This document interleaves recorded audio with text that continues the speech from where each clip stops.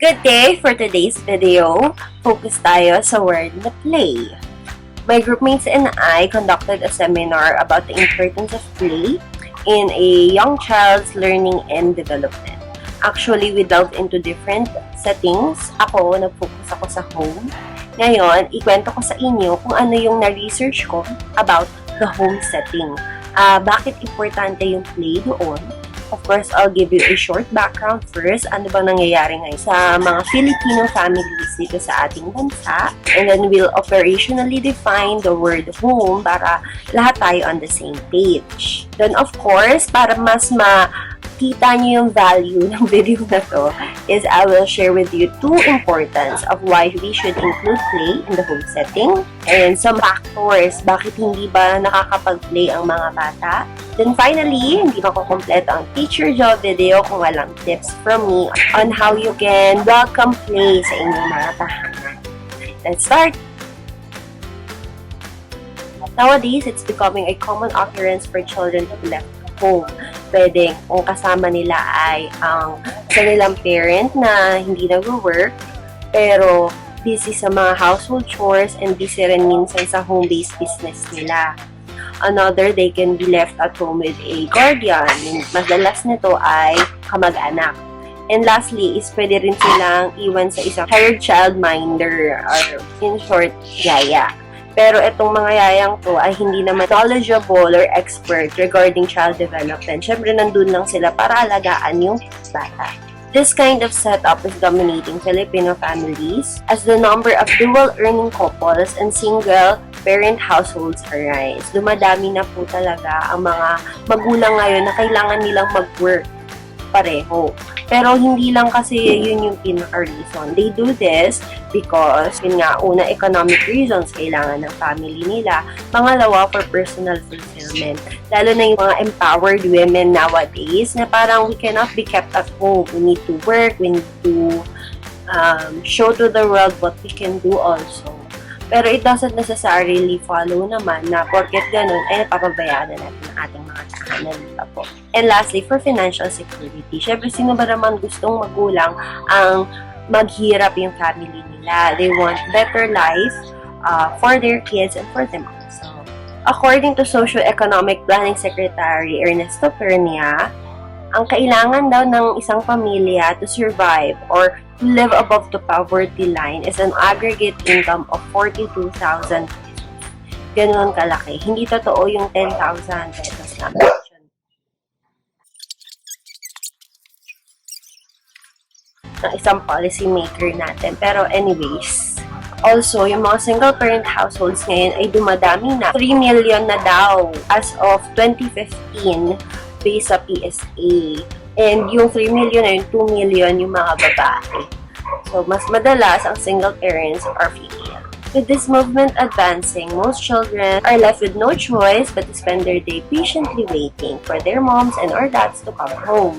So, kahit na naaalagaan nga sila nung nagbabantay sa kanila, nakaka-intriga pa rin how they spend this time of waiting. Tsaka, gaano ba sila katagal naghihintay? So, to grasp a realistic understanding on the issue, I conducted a very simple survey lang through Facebook. I had 41 respondents, and according to them, the average time of waiting these children need to endure and spend is 8 to 9 hours.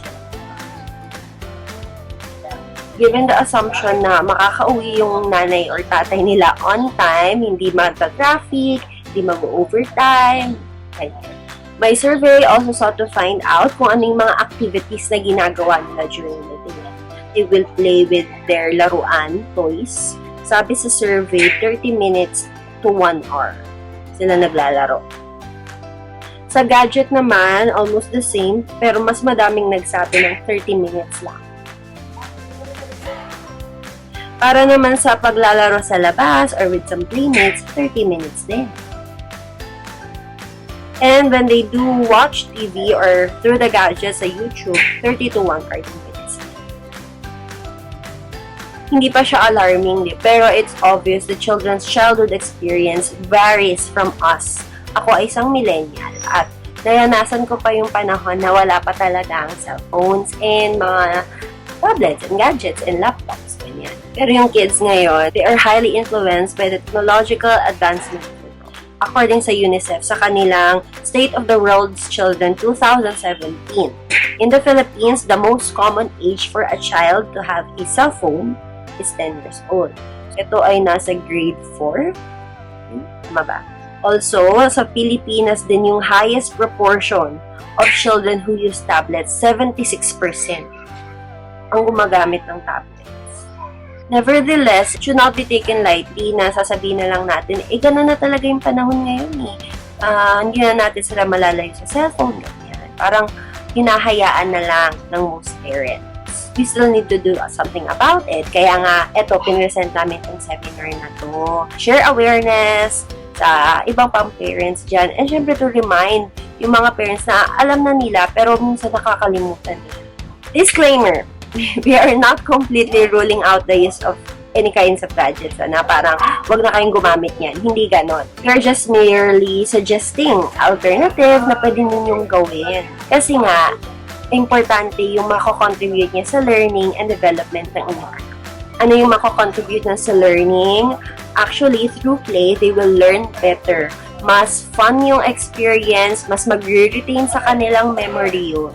And through development naman, because through play, they are engaging all of their muscles, hopefully, through their running, sa mga activities na ginagawa nila. Compared to just using a gadget where they are just using their hands na ganyan lang actually and just, minsan the index finger lang. Ang daming contribution ng play sa physical development ng kids.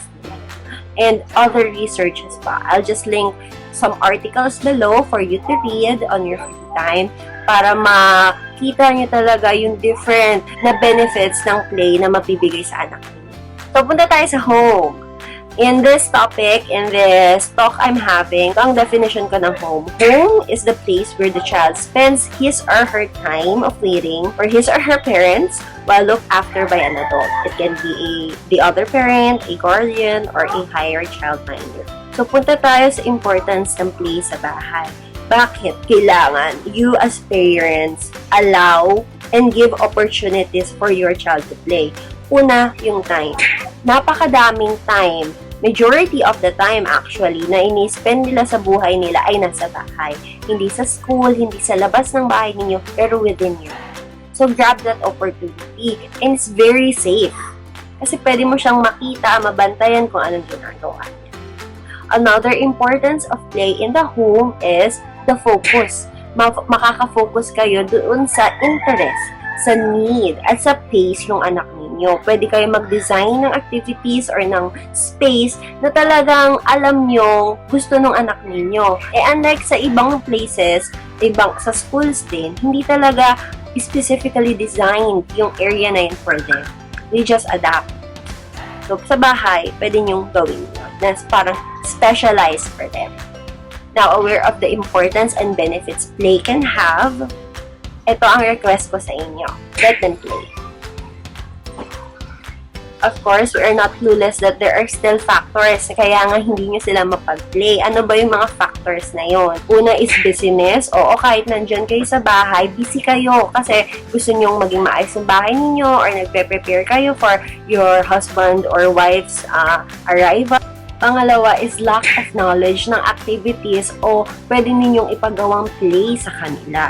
Another is unawareness. Hindi nyo alam yung importance ng play. Pero upon watching this video, since alam nyo na, hindi na dapat naging factor yun.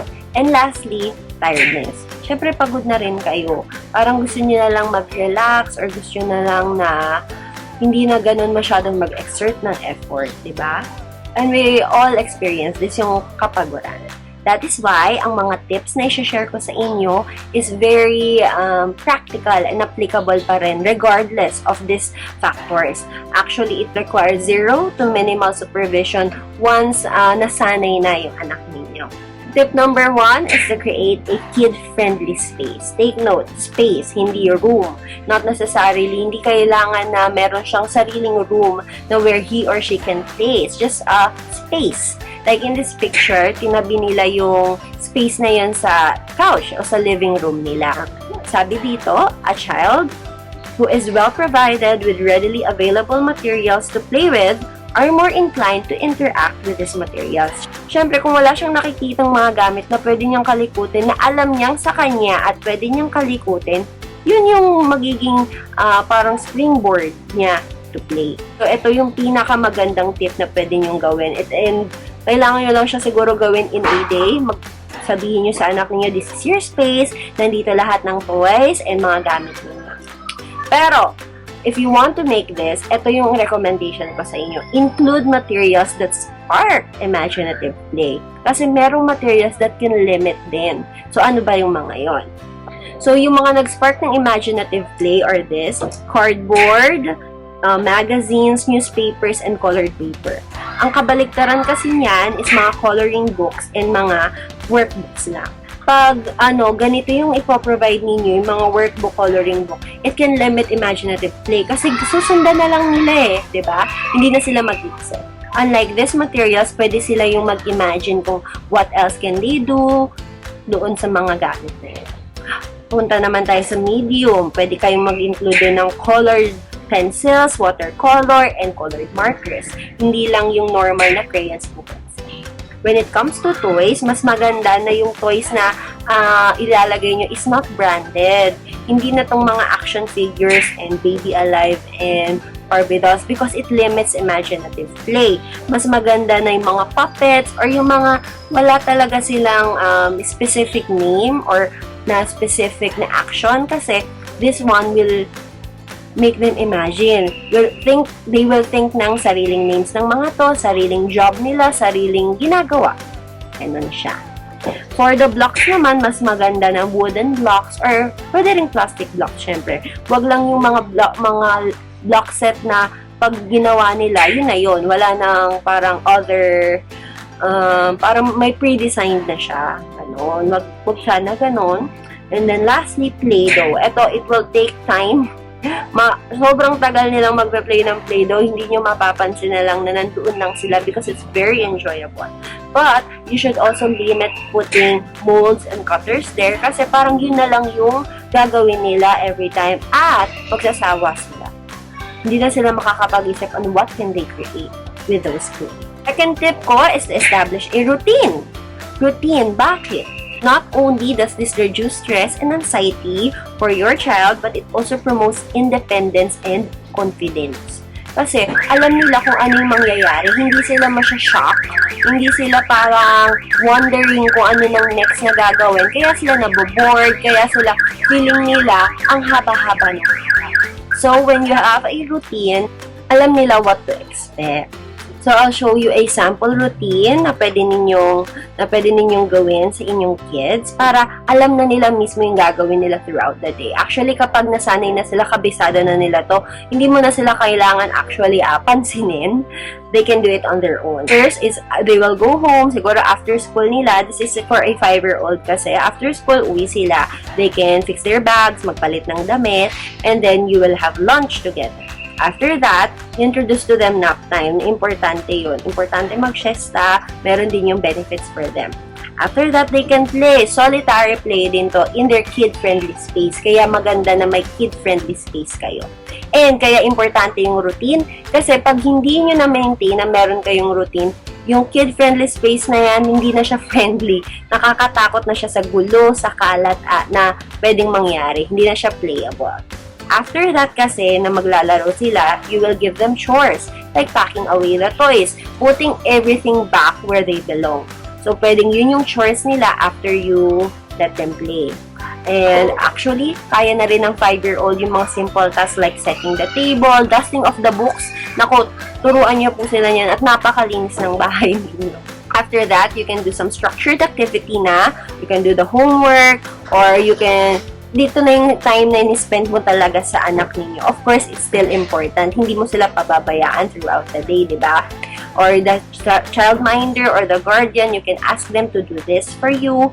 Yung mga crafts or even outdoor play. Palabasin niyo sila to play with their friends, with para ma-expose din sila sa germs and sa sun, sa pawis. After that, they can clean up a little to be ready for dinner. They can also help you setting the table.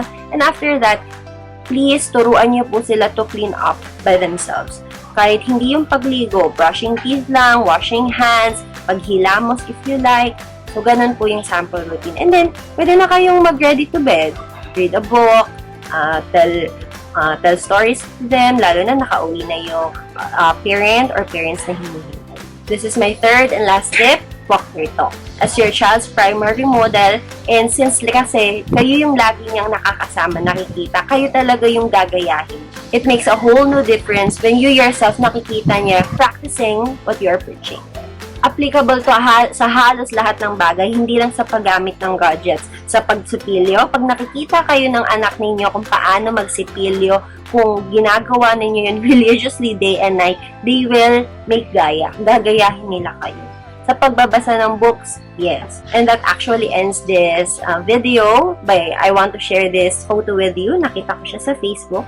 They asked her, how did you persuade your child to read instead of playing smart devices? She said, children don't hear us. They imitate us. So I hope na maging magandang role models tayo sa ating mga anak, sa ating mga nakakasamang bata. Kasi sobrang laki ng effect din nun for them. I hope you enjoyed this video, and if you found it helpful, please do give me a like. Comment down below if you have questions, and please do share this with other parents na sa tingin nyo magbe-benefit to sa kanila, lalo na kung talagang busy parents sila, dual earners, at kung single parent din, sobrang helpful nito on how they can let their child play, and yun naman yung gusto natin, diba? Let them play. Do subscribe to my channel and click that bell icon to be updated pa sa iba ko pang i-upload na videos. Thank you so much and God bless!